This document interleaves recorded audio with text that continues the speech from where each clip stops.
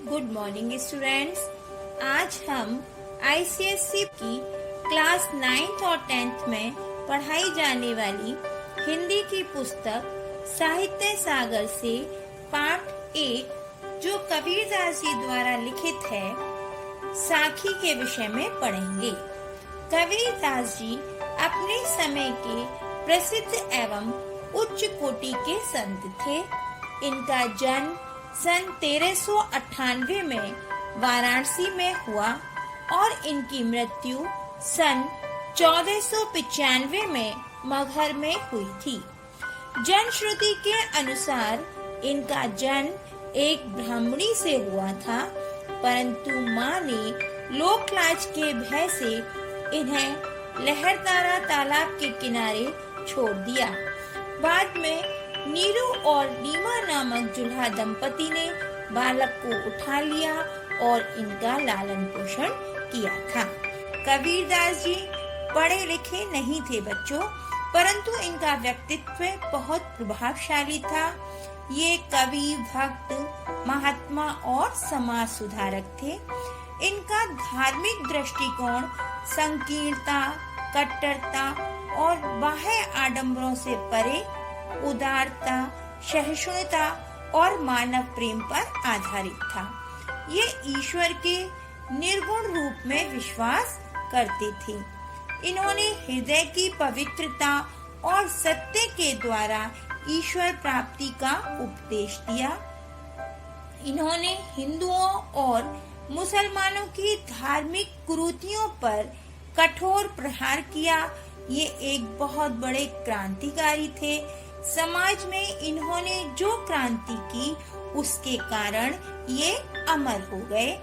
कबीरदास की रचनाएं 3 प्रकार की हैं: साखी, सबद और रमैनी। कबीरदास जी ने जो कुछ भी लिखा है उसका एक ग्रंथ है जिसे बीजक के नाम से जाना जाता है। अब कबीरदास जी स्टूडेंट घुमक्कड़ स्वभाव के थे, इस कारण इनकी भाषा में ब्रज, अदवी, भोजपुरी, राजस्थानी और पंजाबी के शब्द घुल मिल गए हैं। इस कारण इनकी भाषा को सधुकड़ी और पंचमेल खिचड़ी भी कहा जाता है।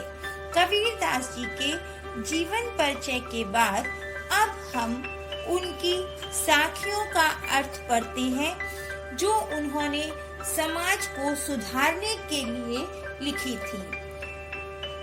पहला दोहा है: गुरु गोविंद दोऊ खड़े काके लागू पाए, बलिहारी गुरु आपनो जिन गोविंद दियो बताए। इस दोहे में कबीरदास जी गुरु की महत्ता का वर्णन कर रहे हैं और कहते हैं कि मेरे समक्ष गुरु और भगवान दोनों खड़े हैं। मेरे सामने उलझन ये है कि इन दोनों में से मैं पहले किसके पैर छूऊं। फिर वो अपने आप से ही ये जवाब देते हैं कि पहले मुझे अपने गुरु के चरणों का स्पर्श करना चाहिए, क्योंकि गुरु ही वो व्यक्ति हैं जिन्होंने मुझे गोविंद मीन्स मेरे हरि भगवान तक जाने का रास्ता बताया है। इस प्रकार हम देखते हैं कि इस दोहे में कबीरदास जी ने गुरु को ईश्वर से भी बढ़कर बताया है। नेक्स्ट है: जब मैं था तब हरि नहीं, अब हरि है मैं नाही। प्रेम गली अति सांकरी, तामे दो न समाही। इस दोहे में कबीरदास जी ने मैं का मतलब होता है अहंकार, आपका घमंड कि मैं सब कुछ कर सकता हूँ। तो इस चीज को बताते हुए कहते हैं कि हमें अगर अपने अंदर घमंड को पालना है तो ईश्वर की प्राप्ति संभव नहीं है, और यदि अगर आप ईश्वर को प्राप्त करना चाहते हैं तो इस मैं को आपको दूर करना होगा, क्योंकि प्रेम की गली इतनी सांकरी है। सांकरी मीन्स तंग, छोटी है, कि जिसमें 2 लोग एक साथ नहीं रह सकते। 2 का अर्थ है एक आपका घमंड और दूसरा ईश्वर। यदि आप चाहते हैं कि आपको ईश्वर की प्राप्ति हो जाए तो आपको अपने घमंड को छोड़ना होगा।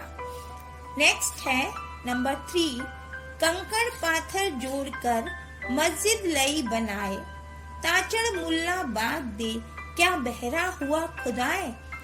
इस दोहे में कबीरदास जी ने मुस्लिम संप्रदाय में जो धार्मिक प्रवृत्ति है उसके ऊपर कठोर प्रहार किया है और कहा है कि यदि आप कंकड़ और पत्थर, कांकर मीन्स कंकड़, पाथर मीन्स पत्थर, कंकड़ और पत्थर को जोड़कर अपनी मस्जिद को बना लेते हो और फिर उसमें चढ़कर, मुल्ला मीन्स होता है पुजारी, जैसे हिंदू धर्म में पुजारी होता है वैसे ही मुस्लिम धर्म में जो पूजा का काम करते हैं उन्हें मुल्ला कहते हैं। तो मुल्ला उस पे चढ़कर बांग देता है, बांग मीन्स अजान देते हैं, तो क्या उनका खुदा या अल्लाह बहरा है जो सुन नहीं पाता। अर्थात कबीरदास जी अपनी साखियों में प्रचलित रूढ़ियों एवं आडंबरों पर गहरी चोट करते हुए कहते हैं कि मुस्लिम संप्रदाय में जो धार्मिक रीति है कि मस्जिद पर चढ़कर अजान देना, वो सब व्यर्थ है। अगर भगवान को सुनना ही होगा तो वो आपके मन की आवाज को भी सुन लेंगे। नेक्स्ट आता है, पाहन पूजे हरि मिले तो मैं पूजूं पाहर, ताते ये चाकी भली पीस खाए संसार।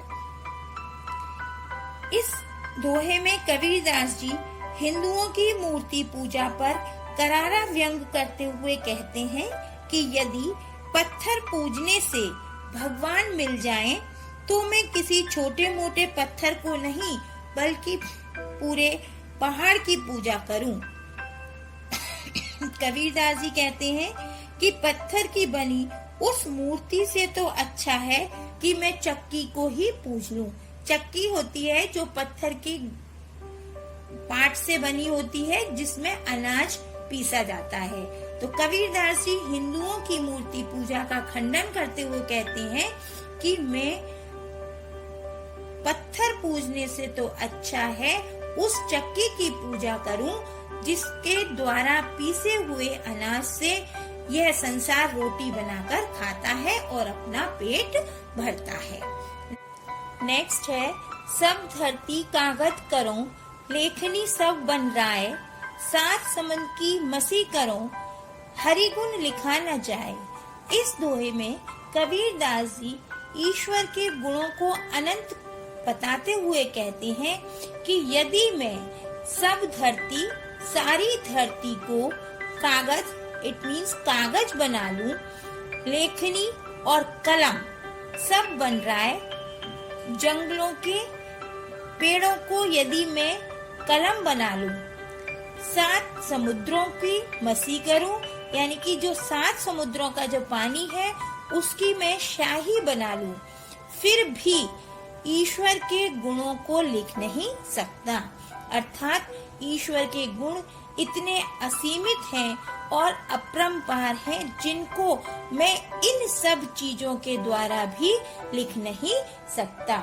इस प्रकार हम देखते हैं कबीरदास जी ने अपनी साखी में समाज की विभिन्न कुरीतियों और बाह्य आडंबरों को दूर करते हुए समाज को एक सीख दी है कि हम अपने कामों को इस तरह से करें कि उससे ईश्वर प्रसन्न हो जाए और हमें ईश्वर की प्राप्ति हो जाए। अर्थात हमें अपने बाह्य आडंबर, कर्म कांड और धार्मिक कुरीतियों को छोड़ देना चाहिए। स्टूडेंट्स, यदि आपको मेरी वीडियो अच्छी लगी तो आप इसे सब्सक्राइब करिए, लाइक करिए और अपने फ्रेंड्स के साथ शेयर कीजिएगा, जिससे आगे के चैप्टर्स की वीडियो भी आपको मिलती रहे।